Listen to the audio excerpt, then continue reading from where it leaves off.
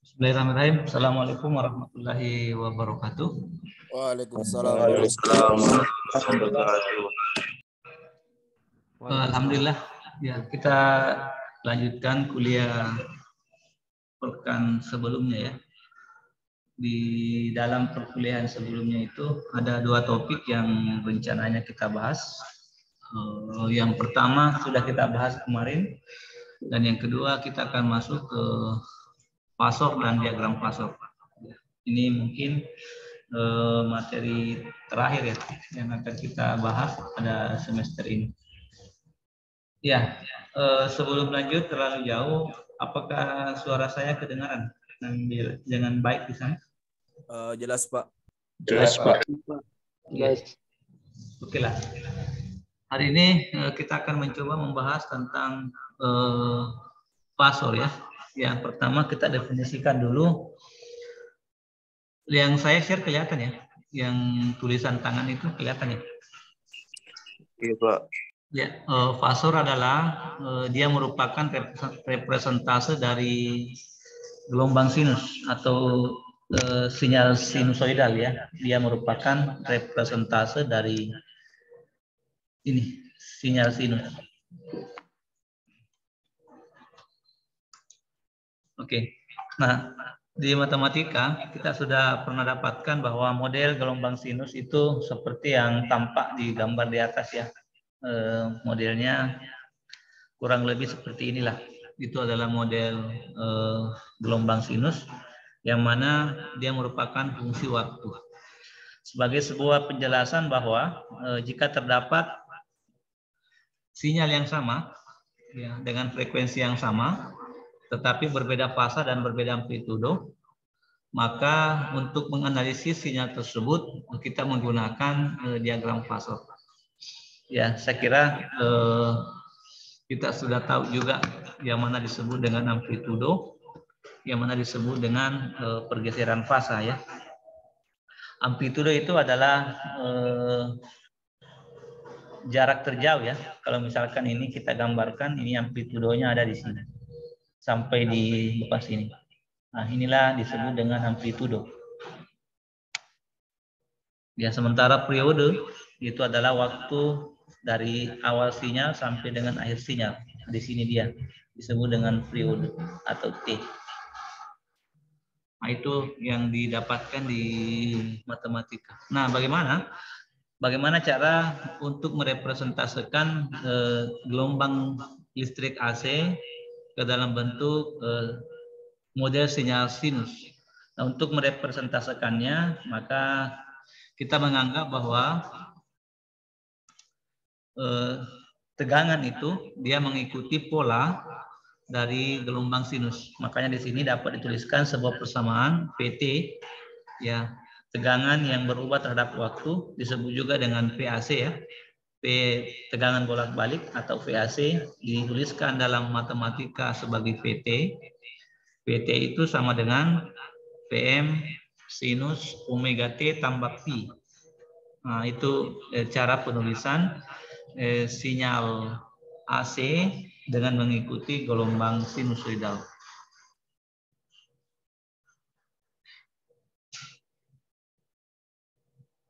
Oke.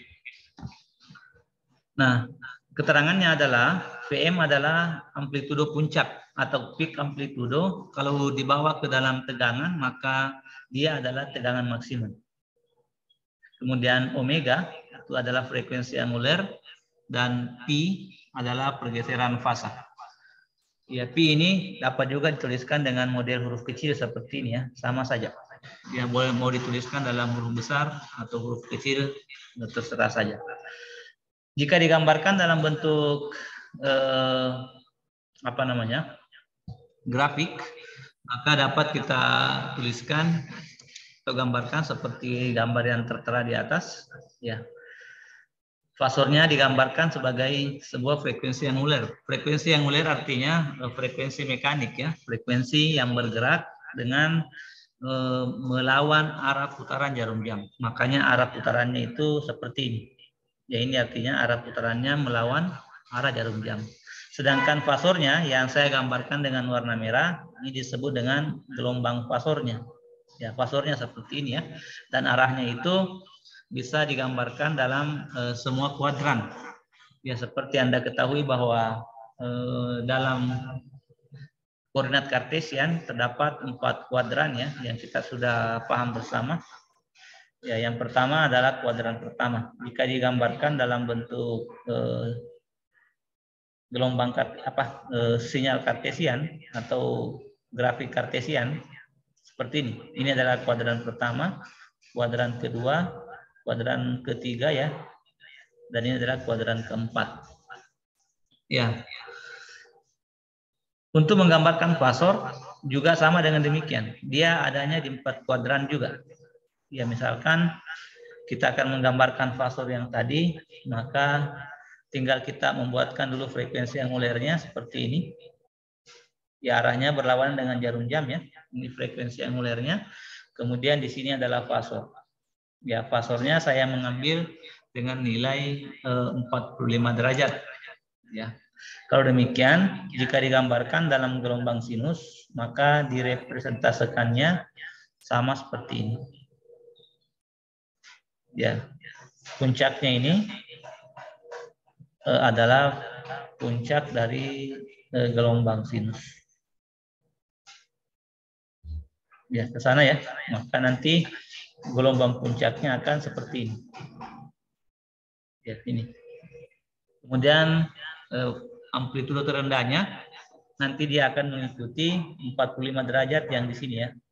Ya, kalau persis bulat itu, maka dia nanti akan berada pada nilai ini. Nah, ini dia. Nah, begitulah cara menggambarkan gelombang tegangan. Gelombang tegangan di sini tentunya adalah T, di sini adalah V. Ya, VT ya, waktu terhadap waktu. Dan inilah frekuensi angulernya. Frekuensi anguler dihitung selalu berlawanan dengan arah jarum jam. Nah, bagaimana kalau kita mau menggambarkan nilai fasornya? Jika kita akan menggambarkan fasor secara sederhana, maka kita bisa membuatnya dalam bentuk yang lebih gampang tanpa menggambarkan lagi model gelombang sinusnya. Ya, bentuk diagram fasornya ya.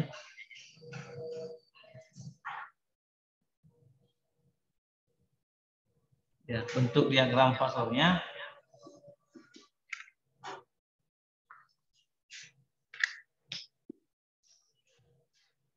Kita gambarkan dulu grafik kartesian seperti tadi. Inilah misalkan.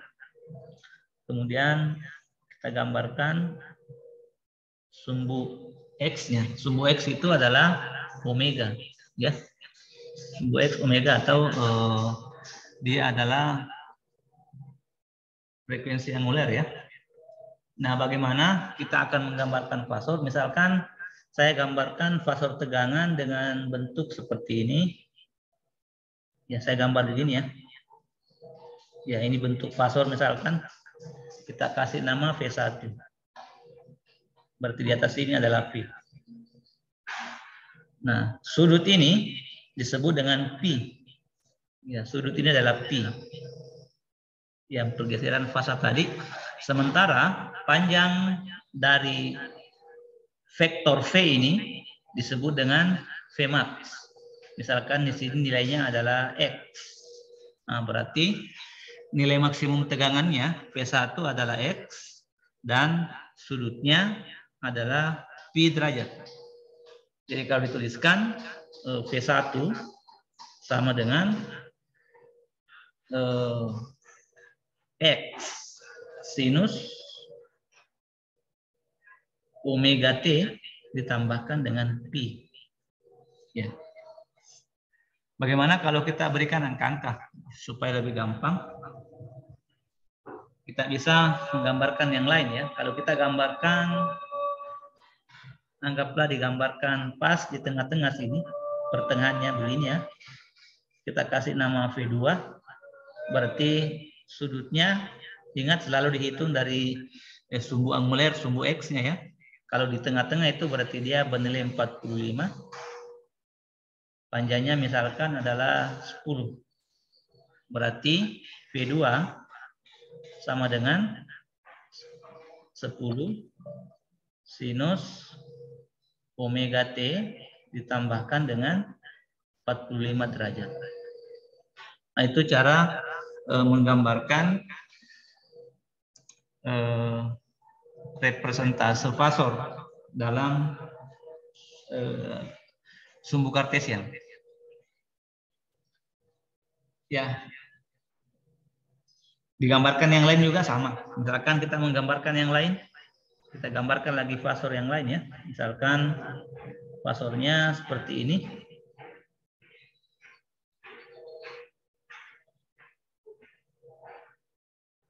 Ya, di sini adalah omega, di sini adalah V karena dia kita menggambar tegangan.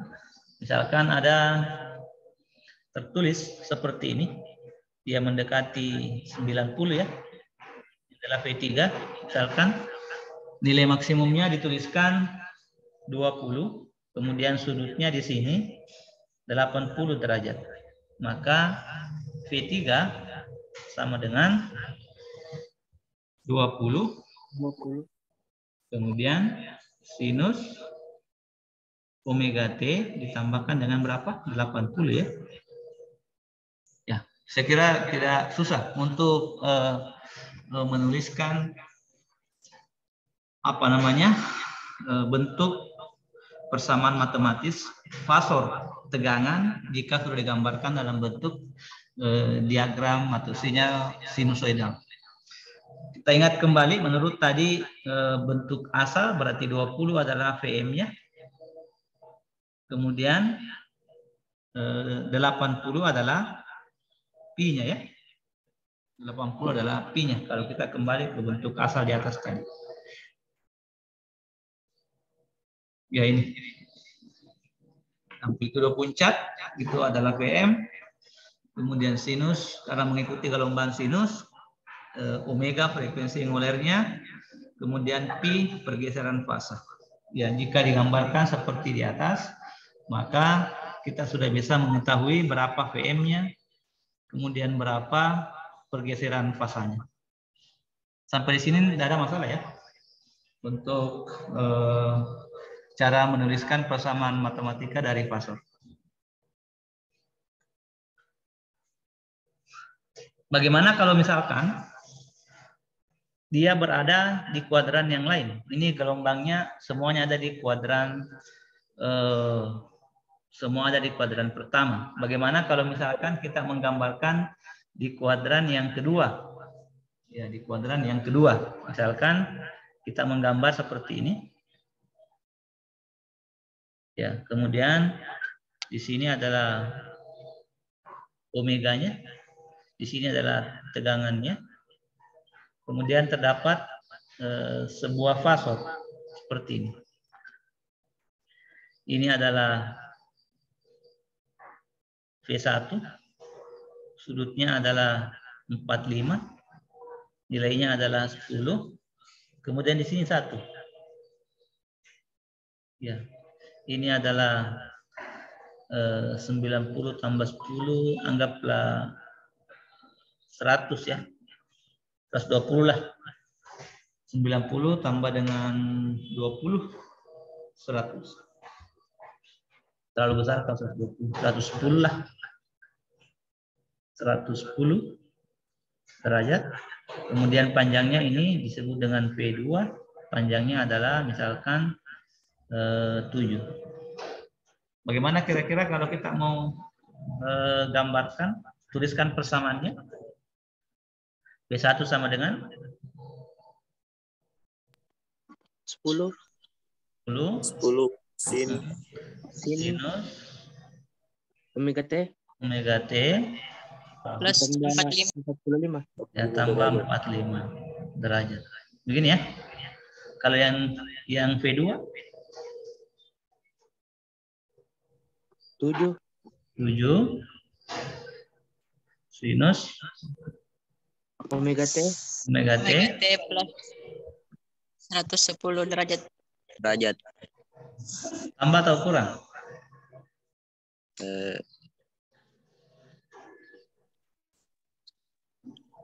Tambah, Pak. Tambah 100 derajat. 10 derajat. Oke. Kesimpulannya bahwa jika dia berada di kuadran pertama dan kedua, maka disebut sebagai beda fasa yang mendahului, disebut dengan lead. Ya, sudut fasanya mendahului ya sudut angulernya. Dan sebaliknya, jika nantinya dia berada pada kuadran keempat dan ketiga dan keempat, maka dia lagging. Dia tertinggal dari sudut angulernya. Kesimpulannya bahwa yang merupakan pedoman atau patokan adalah sumbu X. Yang ini ya, sumbu X dalam hal ini disebut juga dengan sumbu anguler. Itu yang merupakan pedoman. Jika persis berada pada 0, berarti berada pada sumbu X, maka tidak ada pergeseran fasa. Jika dia berada pada sumbu Y di atas sana, ya, di sumbu V, maka pergeseran fasanya itu adalah 90 derajat terhadap sumbu angulernya. Dan jika melebihi itu sampai dengan di sini, ini adalah minus X ya, atau minus W, itu adalah maksimumnya 180 derajat. Jadi kalau kita mengambil ini ke sono, ini besarnya adalah 180 derajat.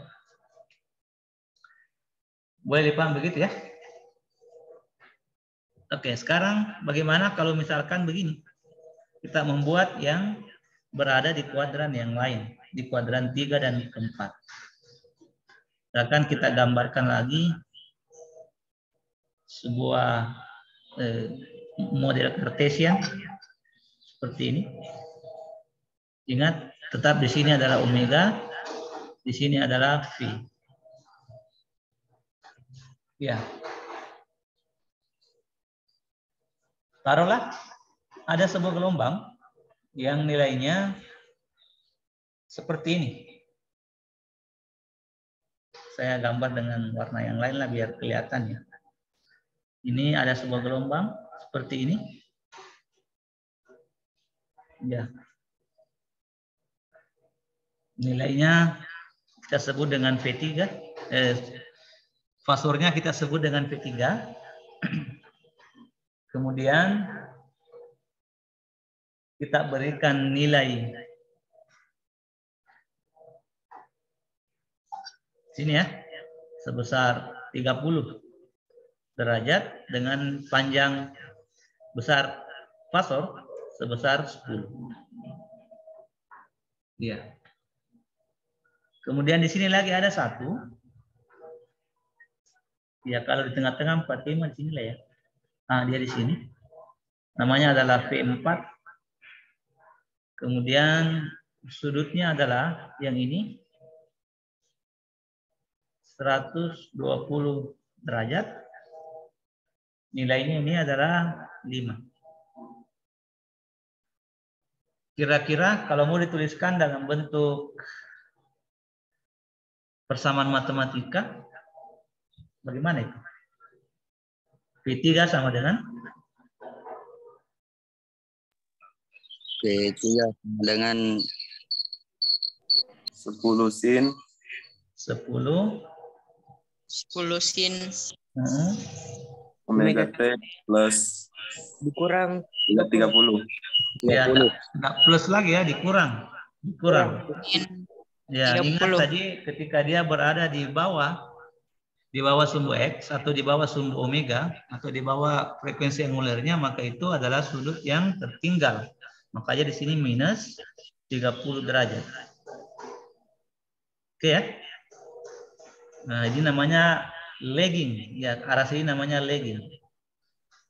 Lagging, tertinggal. Tertinggal terhadap apa? Tertinggal terhadap frekuensi anguler. Karena yang dijadikan dasar adalah frekuensi angulernya, dalam hal ini sumbu X kalau di matematika biasa.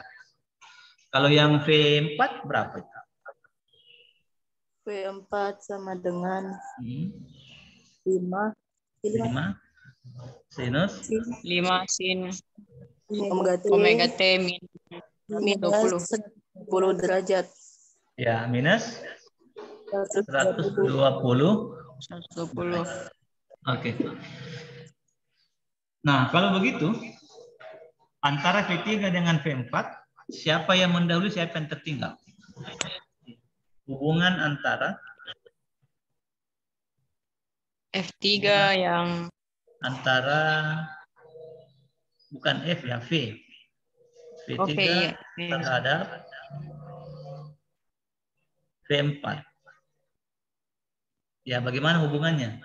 V3 mendahului kah atau V4 yang mendahului? V3 mendahului, Pak. Yang mendahului. Ya, berarti V3 lead, V4 berapa derajat? Sebesar 90. 120. sebesar 90. 20. 90 derajat. Dan dari mana pas 90? Yaitu 120 dikurang 30, Pak. ya. Ingat ya, V3-nya mendahului V4 sebesar 90 derajat, ataukah V4 lag terhadap V3 sebesar berapa? 90 juga. 90 juga, Pak. Iya. Boleh begitu ya. Itulah istilah leading dengan lagging. Ya, lagging tertinggal, kemudian leading mendahului. Sampai di sini ya, bisa dipahami ya untuk representasi fasor ya. Ya, Pak.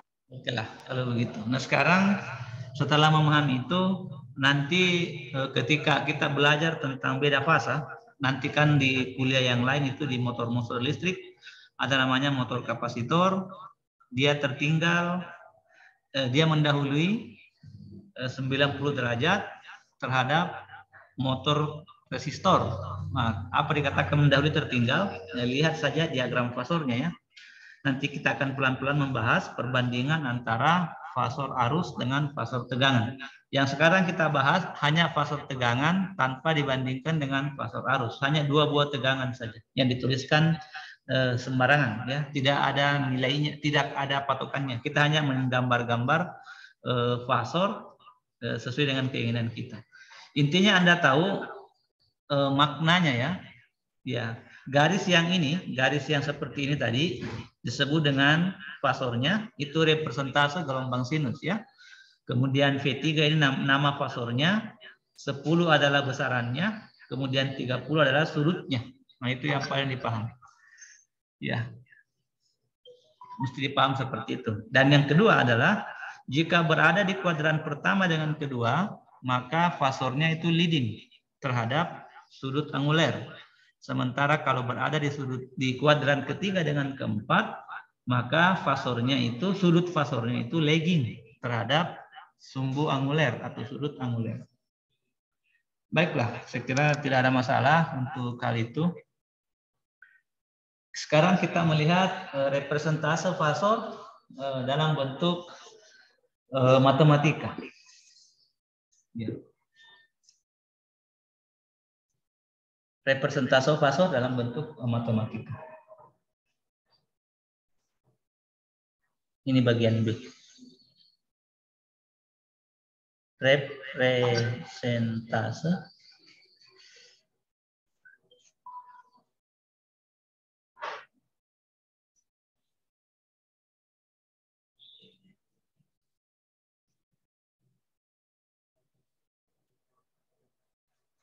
dalam model matematika. Ya.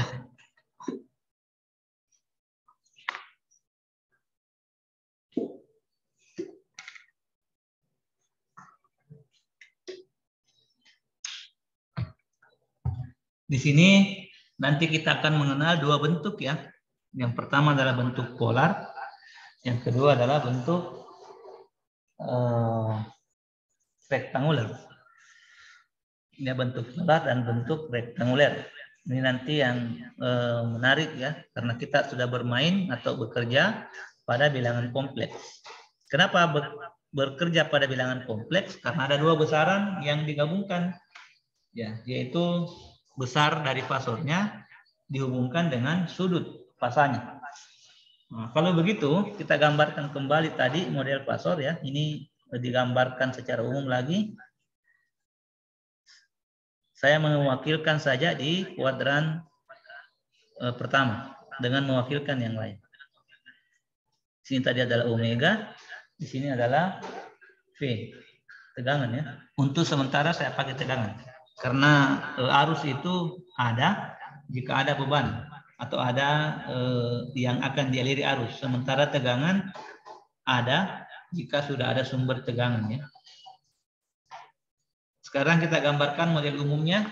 Tadi sudah digambarkan seperti ini. Ini adalah model umumnya ya. Di sini adalah VM. Kemudian di sini adalah sudut P. Ini diwanti-wanti ya. Jangan sampai nanti ada yang menggambar sudut menghadap ke bawah begini. Tidak ada itu menghadap ke situ karena dia mengikuti frekuensi anguler tadi yang dibuat berlawanan jarum jam seperti ini. Di awalnya ya, dia berputarnya berlawanan jarum jam. Sehingga sudutnya itu selalu dibuat berlawanan jarum jam, bukan yang seperti ini. Ya, dia selalu berlawanan dengan jarum jam. Ya. Oke. Bagaimana cara menuliskan dalam bentuk matematika? Bisa dituliskan dalam dua bentuk. Yang pertama disebut dengan bentuk polar atau polar form ya, bentuk polar.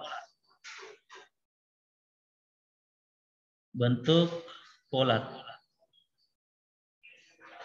Ya, bentuk umumnya jika dituliskan dalam bentuk polar yaitu adalah R sudut P.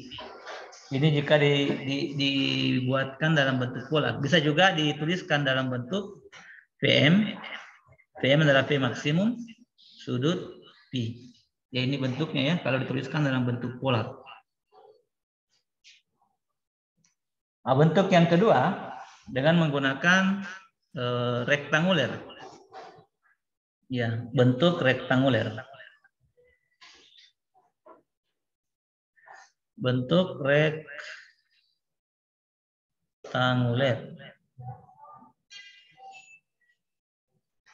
Bentuk rektangular ya. Disebut juga dengan kompleks number atau bilangan kompleks.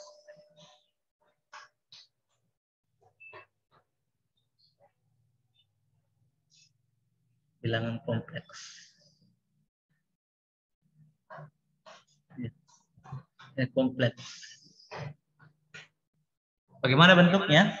Ya, bentuknya itu adalah A ditambah dengan JB.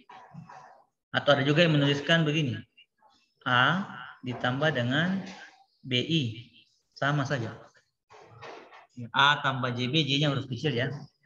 Atau A tambah BI, sama. Kalau Anda menggunakan program, maka menggunakan bentuk ini. Kalau Anda menggunakan manual, menggunakan bentuk yang ini.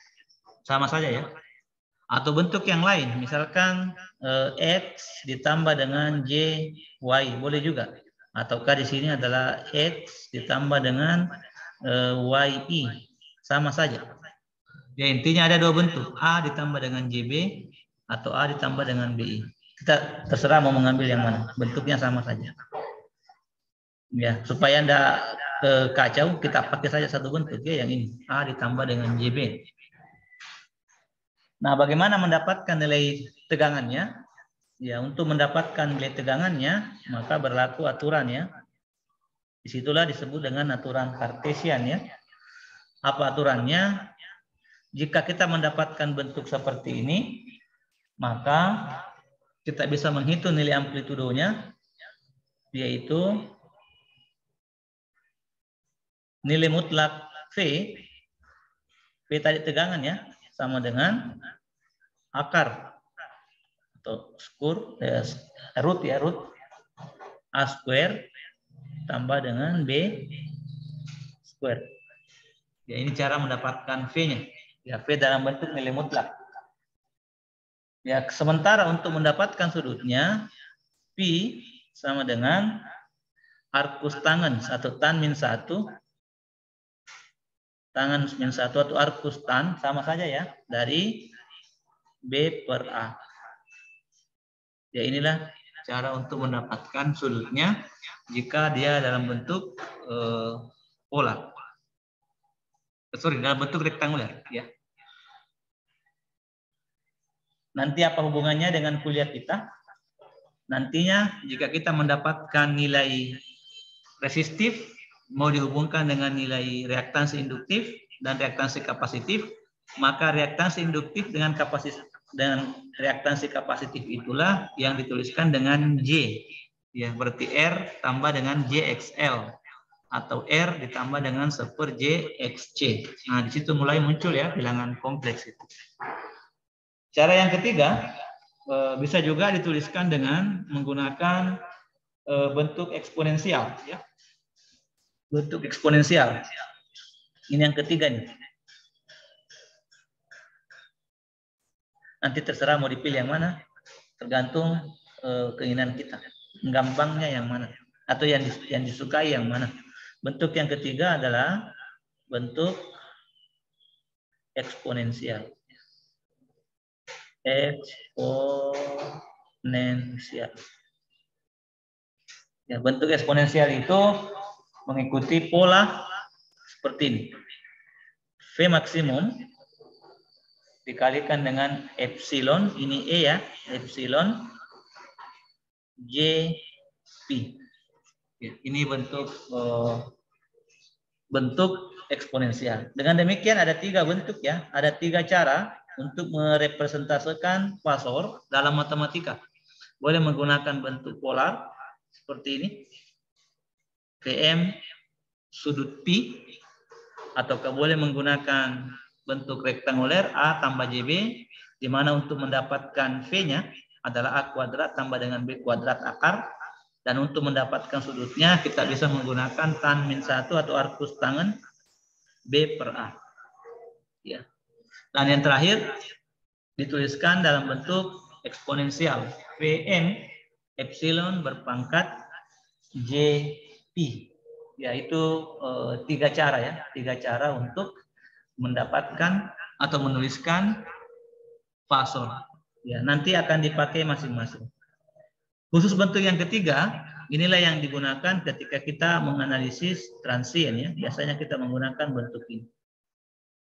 Transien analisis, biasanya kita menggunakan bentuk yang ketiga. Nah, sekarang kita akan membawa konsep ini ke dalam rangkaian listrik. Tadi yang kita pelajari itu adalah dasar-dasar matematika saja. Sekarang kita bawa ke listrik ya. Ya, sekarang kita akan melihat model fasor pada resistor ya.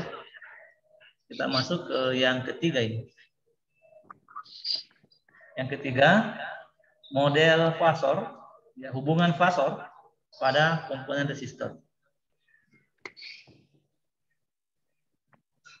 Fasor pada komponen resistor. Ya, ini yang ketiga.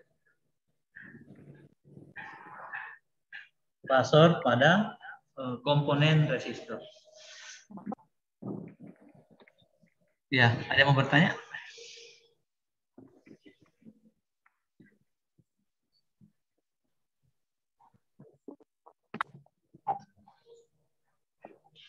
Oke, kalau tidak ada, kita lanjut saja. Sebagai contoh, kita punya komponen resistor tunggal ya, komponen resistor tunggal seperti ini. Disuplai dengan sinyal AC. Dengan tegangan AC. Plus, minus. Ini AC ya. Sini ada V, VAC ini. Ketika ada tegangan dan ada komponen tahanan, baik itu R, L maupun C, maka dipastikan akan mengalir I. Nah, ini konsep dasar ini. Bagaimana merepresentasikan fasor, tegangan, dan arus pada komponen R. Ya. Ya, bagaimana representase fasor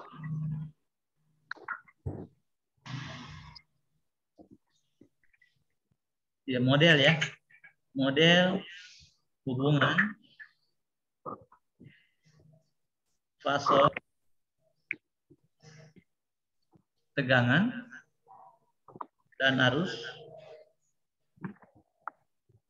pada R atau pada komponen R.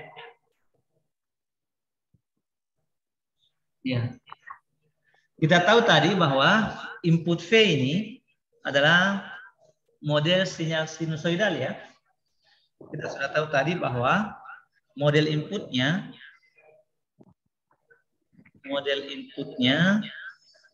di R tadi yaitu T sama dengan Pm minus omega T ditambah dengan Pi. Ini tadi kita sudah tahu ya bahwa bentuk inputnya untuk sinyal AC adalah PT sama dengan Pm sinus omega T ditambahkan dengan Pi. Nah, sudah jelaskan tadi, Pm tadi apa itu? Dan maksimum, Pak. Ya, tegangan maksimum ya. Kemudian I tadi apa? Pergeseran fasa ya. Benar enggak? Iya, Pak. Oke. Nah, kalau begitu, sesuai dengan bentuk matematika tadi, formula matematika, maka dapat dituliskan lebih sederhana dengan menggunakan bentuk polar ya. Ya, dengan menggunakan bentuk polar dengan model polar. Model polar, tadi kan ada 3 model ya, ada polar, ada rektanguler, dan ada eksponensial. Kita dapat menuliskan bahwa V adalah Pm sudut Pi. Ini bentuk polar tadi namanya ya, kalau begini. Iya, Pak. Oke, sekarang kita coba aplikasikan hukum Ohm. Ya, kita coba aplikasikan hukum Ohm. Ya, untuk menghitung I, ya dengan hukum Ohm, IT bukan lagi I ya, tapi IT karena dia fungsi waktu dapat diketahui.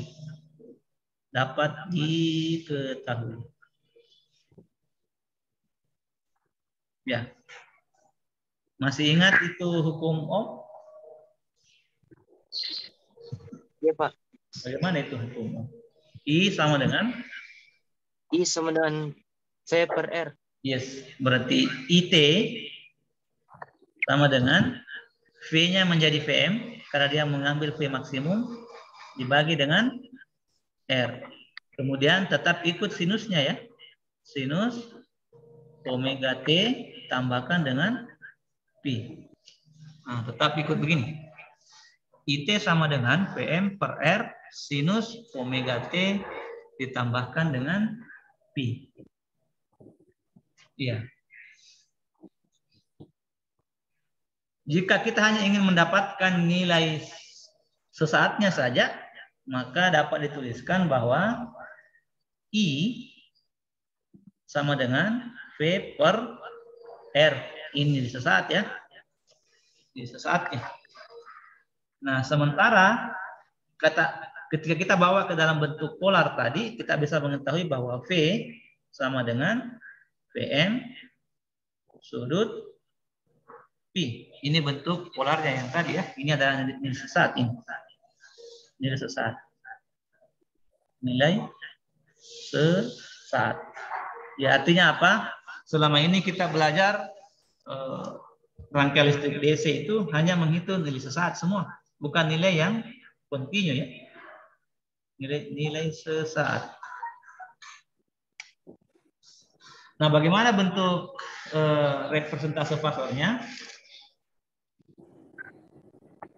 Ya, kita bisa melihat ya bahwa tidak ada perbedaan fasa antara arus dengan tegangan ya pada R. Dengan demikian kita bisa katakan bahwa untuk rangkaian R murni, untuk rangkaian R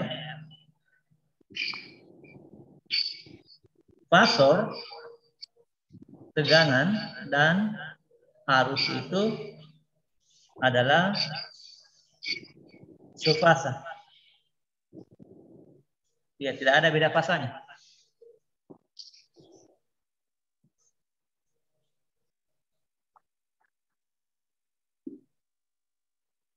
Kalau demikian, dapat kita gambarkan fasornya seperti ini. Ya, kita gambarkan fasornya ya.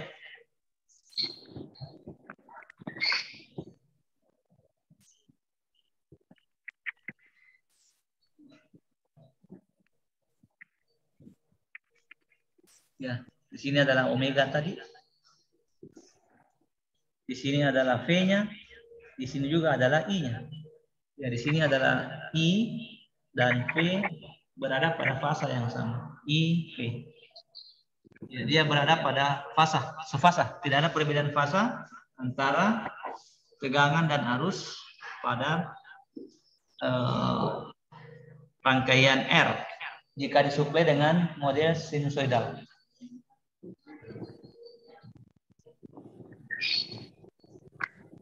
Nah, bagaimana menghitung impedansinya? Ya. Perbandingan antara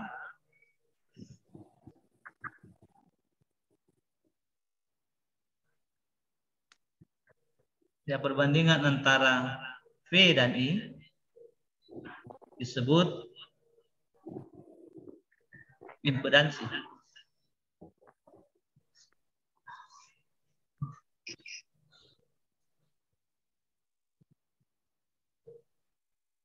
Ya, disebut juga dengan Z. Berapa itu? Z sama dengan V per I. Ya, inilah cara untuk menghitung nilai impedansi jika rangkaiannya hanya saja.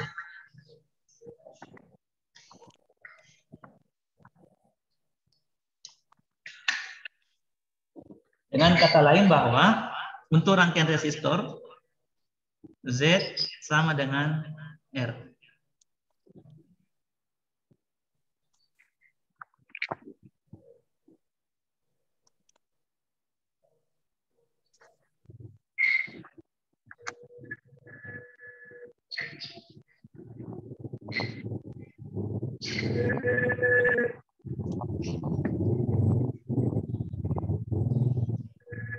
Oke, sekarang selesai untuk R.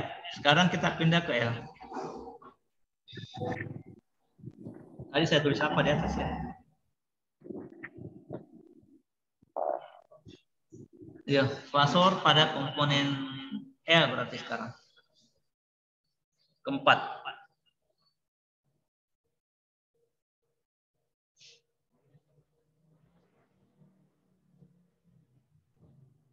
Fasor tegangan dan arus maksudnya ya. Fasor tegangan dan arus.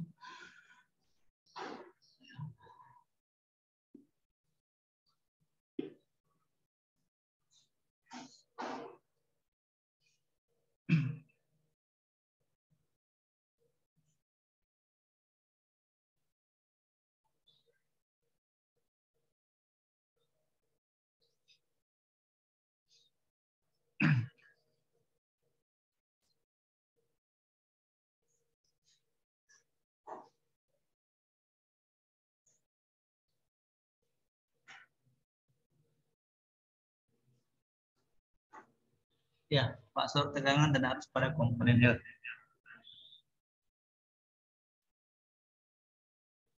Kita gambarkan lagi seperti tadi, terdapat sebuah komponen L tunggal seperti ini ya, disuplai dengan tegangan sama. Maka di sini akan mengalir arus, ini adalah R.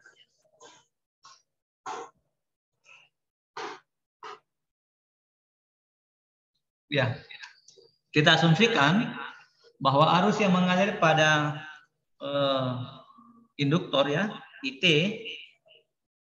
sama dengan IM sinus omega T ditambah dengan Pi. Ya, kita asumsikan seperti itu ya. Kenapa seperti itu? Kemarin kita sudah membahas bahwa di induktor itu dia akan memiliki efek jika ada arus yang mengalir. Kalau hanya tegangan saja, maka induktor tidak memberikan apa-apa. Makanya kita tuliskan I-nya. IT ya, IT sama dengan IM sinus omega T tambah dengan Pi. Ya, dalam bentuk fasor, bisa kita tuliskan bahwa IM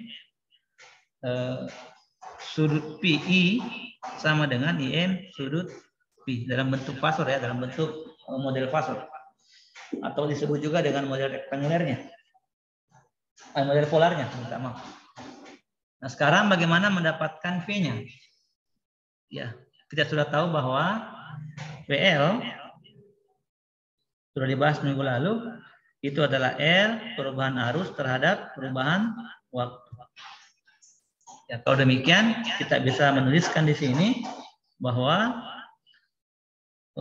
omega L dikalikan dengan IM sinus omega T ditambah dengan Pi. Ya. Tahu dari mana itu, Di? Turunannya toh? Turunan I terhadap T. Sorry, salah. Masa turunannya sinus ini? Cos. Ya, I-nya tadi adalah ini. IT sama dengan IM sinus WT tambah dengan Pi. Kalau begitu jika diturunkan terhadap T, maka dia menjadi omega L IM cosinus WT omega T tambah dengan Pi. Saya kira sudah dibahas di matematika bagaimana turunan trigonometri.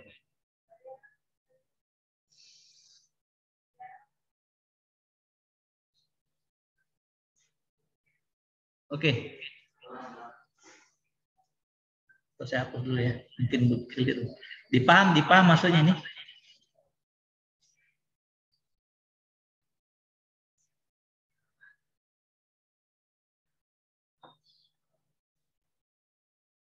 Ya.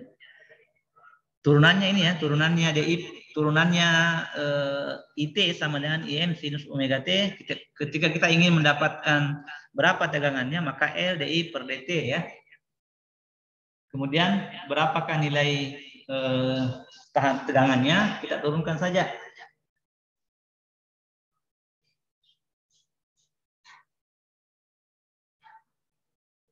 L konstanta, berarti ditulis saja L.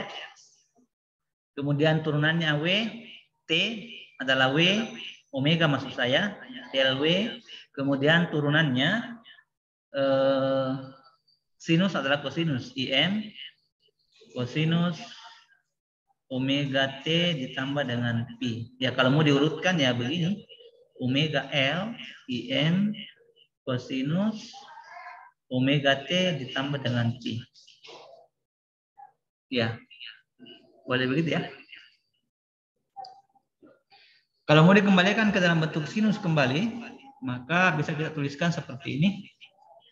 Omega L, IM, sinus omega T ditambah dengan Pi ditambah dengan 90 derajat. Ya, mengapa antara sinus dengan kosinus itu berbeda sudut 90 derajat?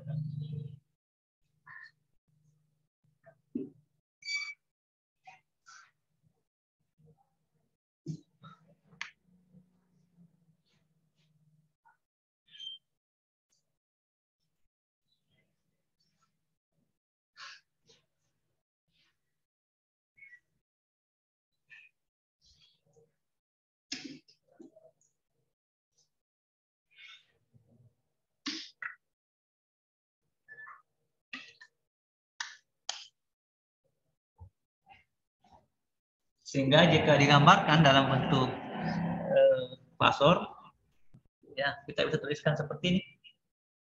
Dalam model fasor,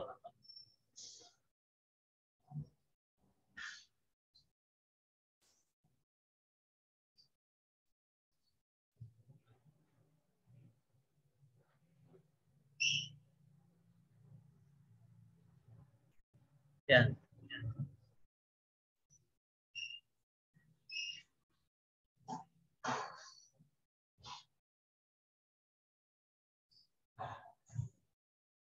Ini adalah arus. Kemudian kita kasih nama I ya, dengan nilai tertentu. Dia berbeda fasa 90 derajat dengan tegangannya. Kalau demikian, di sini adalah fasa tegangan.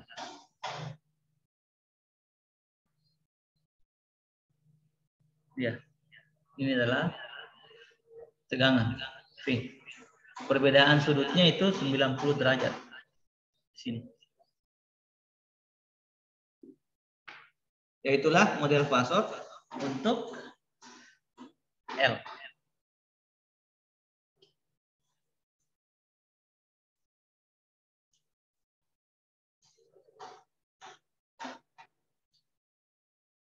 Nah, kemudian kita bawa ke dalam bentuk matematika.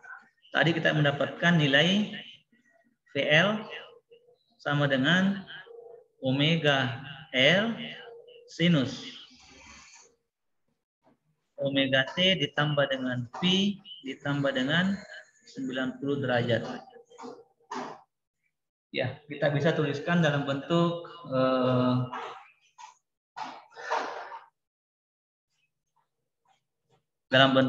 eksponensial ya, yaitu omega L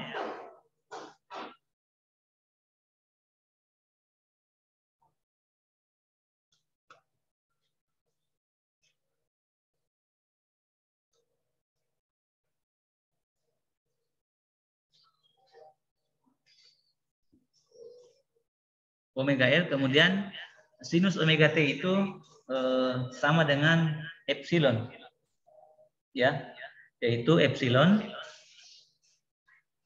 J Pi per 2 IM sudut theta. Ya, di mana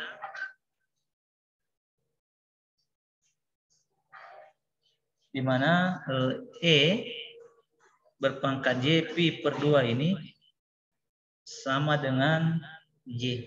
Itulah asalnya J.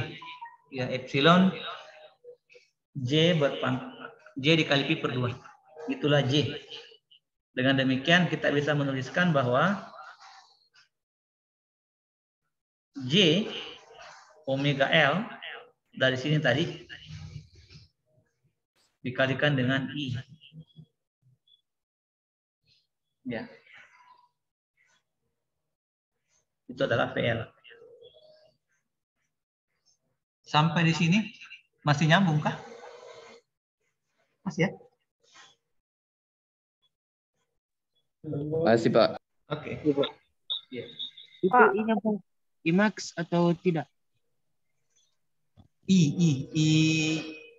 Oh ya, kalau di dalam bentuk sinusoidal dia menggunakan I-max, tapi kalau dalam bentuk sesaat dia menggunakan I ya. Oh, iya. Iya, kalau dalam ini kan VL-nya VL yang di bawah ini itu sudah bernilai sesaat. Kalau yang di atas yang VL itu yang masih menggunakan fungsi waktu, dia adalah nilai sepanjang waktu T ya, makanya dia menggunakan IM. Dalam hal ini untuk nilai sesaat pada fasor sama dengan IM sama dengan I. Ya, kecuali nanti kita sudah menghitung nilai RMS-nya ya, itu I tidak sama dengan IM. Iya, Pak. Ya. Ya tadi ada penjelasan di depannya kan begini ya. Ada tadi itu di depan bentuk fasor I sama dengan IM sudut P. Yang ini di atas ini. Makanya di sini menjadi I di sini. Bisa ya? IM sudut P tadi di fasor itu adalah I. Berarti saya bisa ganti PL sama dengan J omega L dikalikan dengan I. Ini sesaat ya. Oke, ini tidak ada tanda ceknya. Satu juga ini. Oke. Sekarang kita akan lanjut untuk mendapatkan impedansinya. Ya, tadi kita sudah tahu bahwa untuk mendapatkan impedansi itu adalah perbandingan antara arus tegangan terhadap arus ya. Berarti untuk komponen induktor impedansinya impedansi pada L dapat kita tuliskan seperti tadi, impedansi adalah V per I sama dengan Z. Ya, kita bisa memasukkan tadi angka-angkanya ya. V-nya tadi Anda sudah tahu bahwa sama dengan V tadi adalah J omega ya. Benar enggak? Ini. Kita masukkan J omega L dikalikan dengan I dibagi dengan I. Ini menjadi 1.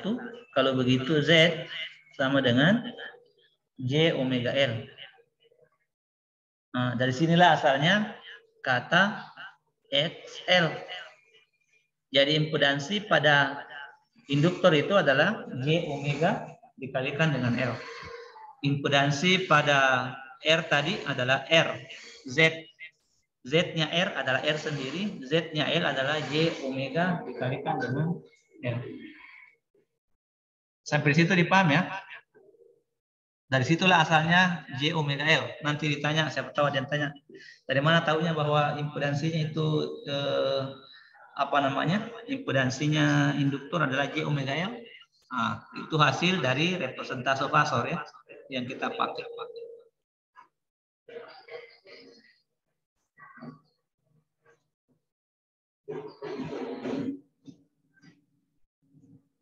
Oke. Sekarang kita lanjut ke komponen C.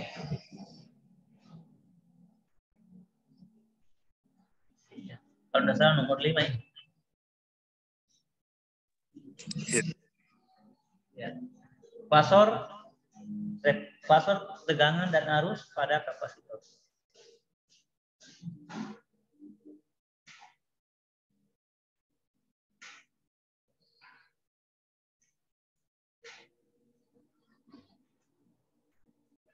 Pada C.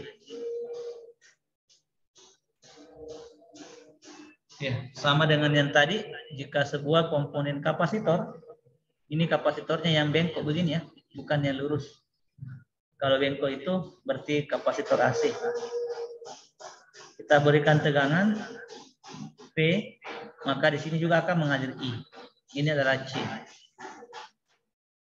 Ya. Nah, sekarang kita asumsikan karena kemarin sifat dari kapasitor adalah dia akan menghasilkan medan listrik manakala ada tegangan ya, maka kita gunakan persamaan tegangan.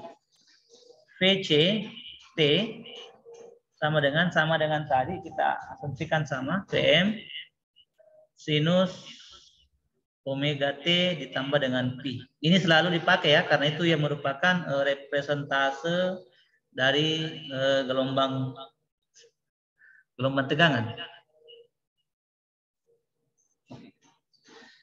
Nah, kita sudah tahu kemarin juga bahwa IC arus pada kapasitor itu adalah perubahan tegangan terhadap perubahan waktu ya.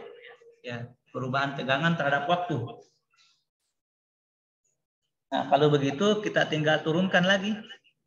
Tak punya tadi VC sama dengan Vm sinus omega T tambah Pi. Sekarang kita turunkan tegangannya terhadap waktu. Ya, bagaimana menurunkannya? Sama dengan tadi ya.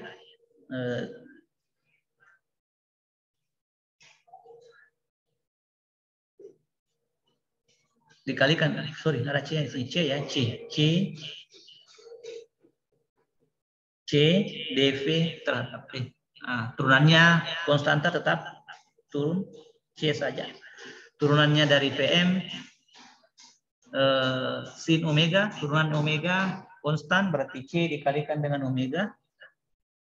Kemudian turunannya sinus adalah kosinus. Dikalikan dengan Vm kosinus omega T ditambah dengan Pi. atau theta. Pi lah, pi yang benar. Oke. Sekarang kita bisa lihat,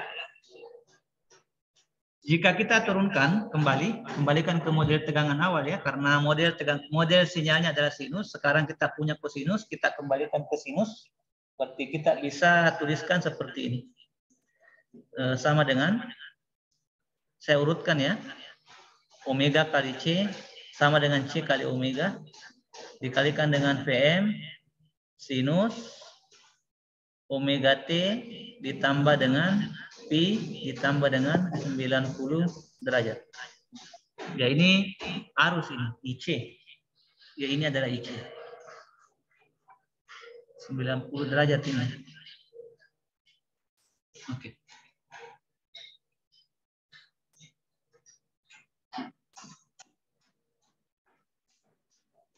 Omega T ditambahkan dengan Pi ditambahkan dengan 90 derajat. Oke. Ya, dengan demikian kita bisa menggambarkan fasornya. Anda bisa lihat bahwa terdapat perbedaan fasa antara I dengan V pada kapasitor dengan I mendahului V sebesar 90 derajat. Kita bisa gambarkan fasornya seperti ini. Sama dengan tadi ya, menggambarnya. Ini adalah model Cartesian. Nah, itulah ini adalah omega. Adalah tegangan dan arus V atau I. Kalau demikian kita bisa menggambarkan lagi. Hati-hati yang kebalik ya. Kalau tadi di sini adalah I, sekarang ini adalah V. Ini adalah tadi saya gambar apa sih V-nya? Oke, V-nya merah ya. Saya ubah dulu biar enggak tinggal. Ini yang biru. Nah, ini adalah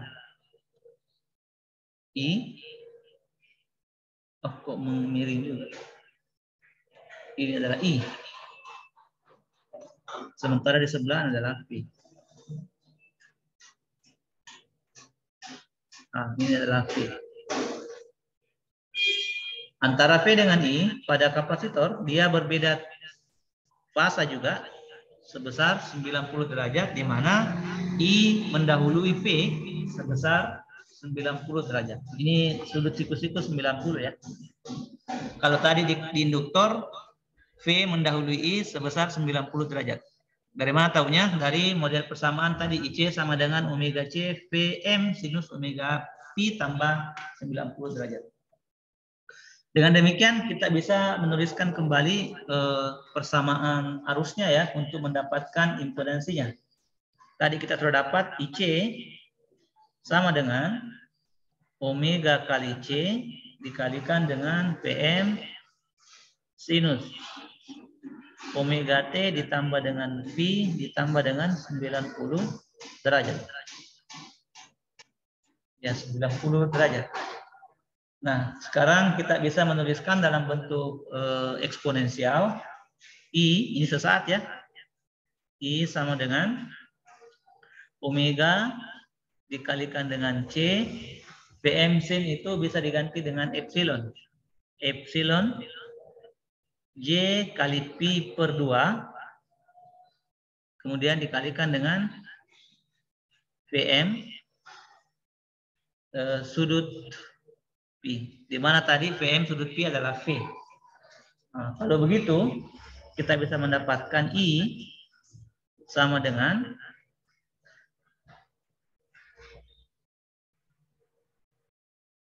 J omega. Ya. Ingat tadi E berpangkat J kali Pi per 2 itu adalah sama dengan J. IJ omega C dikalikan dengan Vm dikalikan Vm sudut Pi sama dengan V ya, dikalikan dengan ya. Inilah I-nya. Inilah I-nya. Nah, sekarang kita bisa menghitung impedansinya, bahwasanya impedansi pada di bawah saja ya, karena ini penting. Impedansi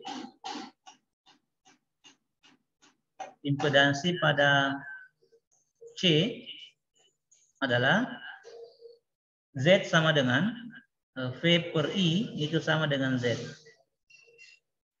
Ya, di mana Z-nya tadi kita langsung ganti ya sama dengan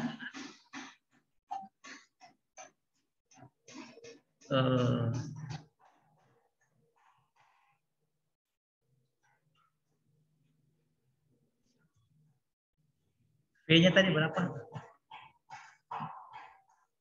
Oke. Kita tuliskan ya seperti ini. 1 per ya, 1 per.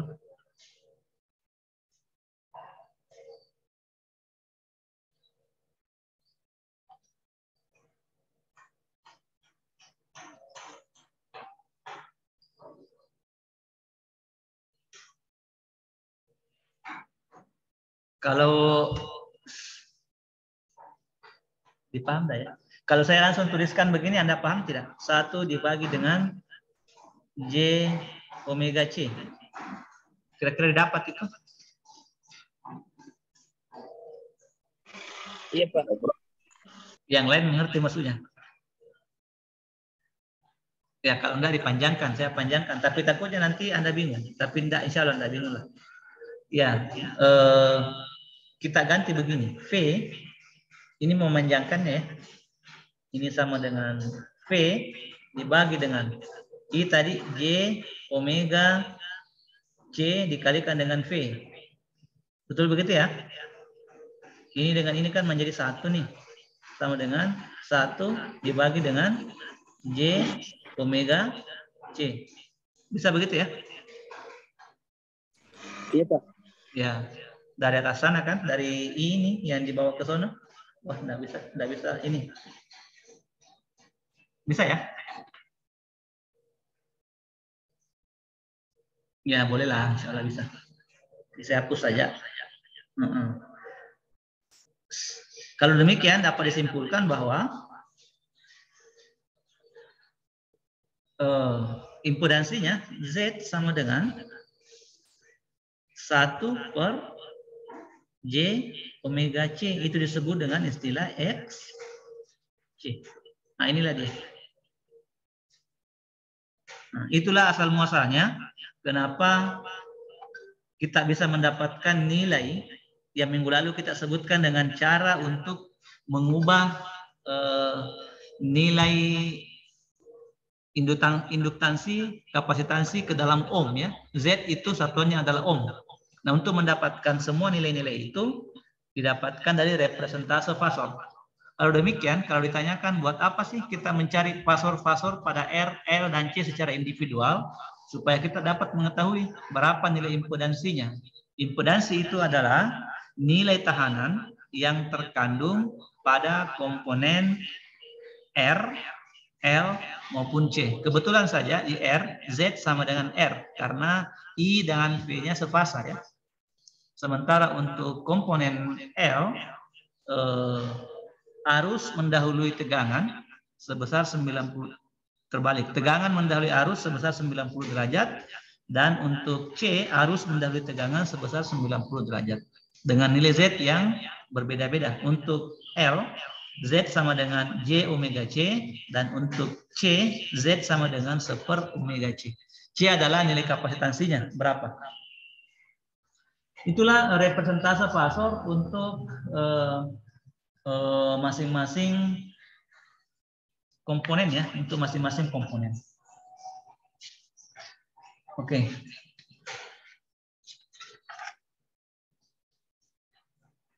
Sampai di sini ada yang mau ditanyakan? Ini full dengan turunan-turunan rumus ya, karena terkadang ditanyakan dari mana Anda mendapatkan nilai-nilai itu. Setidaknya ketika ditanyakan dari mana mendapatkan angka-angka tersebut, Anda sudah punya dasarnya bahwa diturunkan dari fasor ya, diturunkan dari fasor, besaran fasor masing-masing komponen tunggal baik R, L maupun C dengan mengasumsikan kita menggunakan gelombang sinus.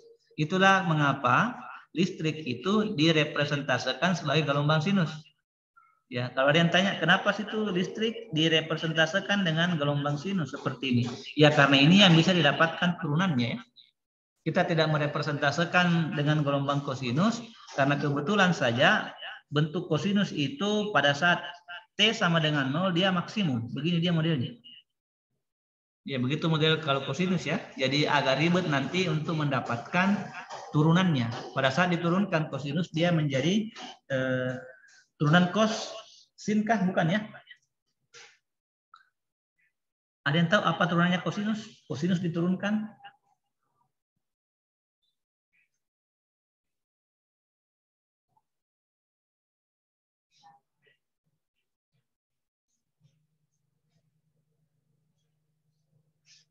Nah, nanti cari tahu di matematikanya apa turunannya kosinus ya.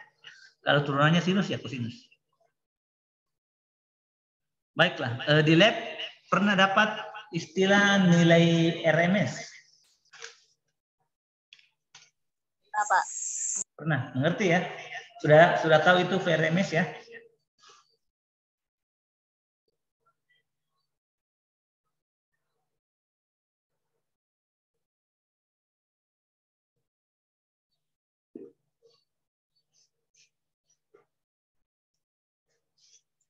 Kalau tegangan rata-rata sudah tahu juga ya?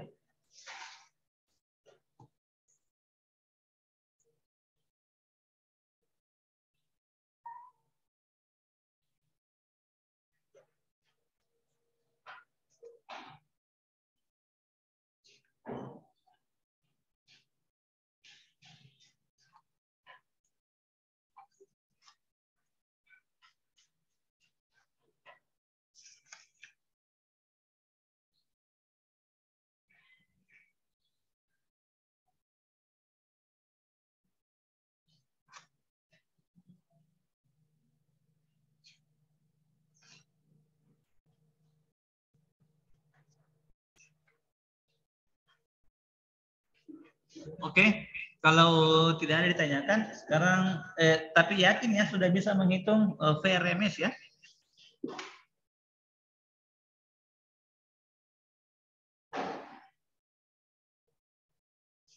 Ya, Pak. Ya tahu menurunkan rumusnya tuh untuk dapat VRMS. Itu VRMS kan begini. Panjang juga menurunkannya nih, ada sekitar 5 halaman. VRMS sama dengan VM dibagi dengan akar 2. Tahu kan pernah dapat ini tuh? Di lab itu ada biasa VRMS, root mean square.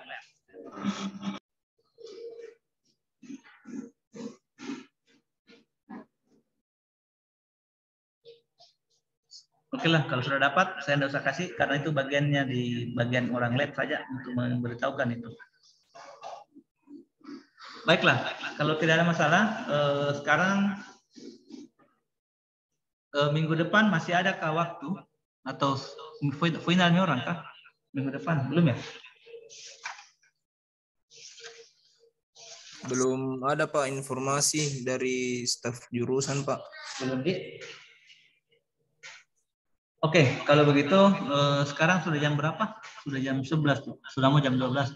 Baiklah, kalau begitu nanti kalau belum ada memang finalnya minggu depan dan Anda masih mau kuliah, kita nanti akan coba lanjutkan dengan pengantar untuk rangkaian RLC ya.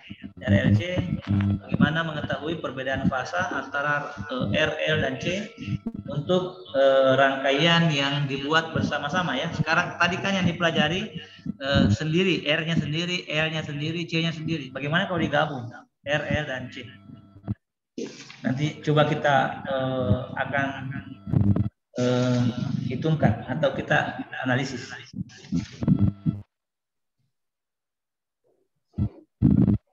Baiklah, kalau tidak ada pertanyaan, nanti kita akan lanjutkan minggu depan ya untuk rangkaian RLC. Sekarang mau ditanyakan?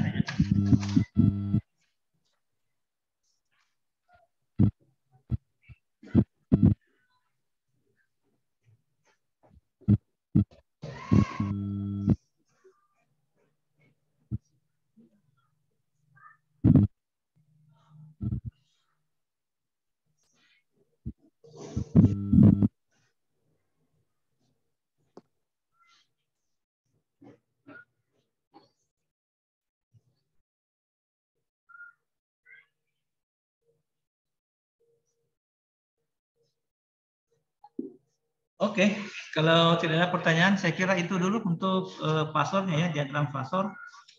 Saya kira menjadi sederhana nanti ujiannya kalau tidak sampai ke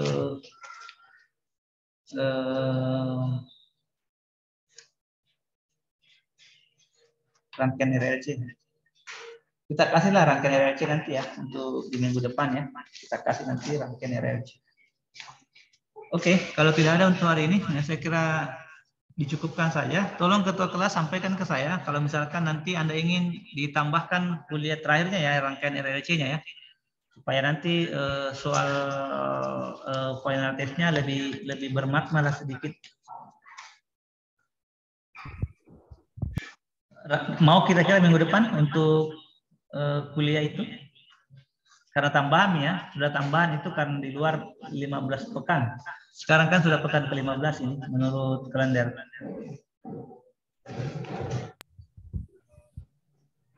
Iya Pak, ditambah. Bisa Pak. Baiklah, ya boleh, tidak mesti di hari Senin, kapan saja Anda ingin. Tapi jangan minggu ini yang saya sibuk sekali pekan ini. Nah, barangkali minggu depan boleh kapan saja. Ya, kalau Anda mau malam juga boleh, tapi karena saya terlanjur membuat soal final itu ada apa namanya? Soalnya satu tentang rangkaian RLC yang mau dihitung ya. Cuma 2 nomor nanti di soal final. Oke, kalau tidak ada, kita cukupkan saja hari ini. Terima kasih atas waktunya. Saya tutup. Alhamdulillahirrahmanirrahim. Assalamualaikum warahmatullahi wabarakatuh. Waalaikumsalam.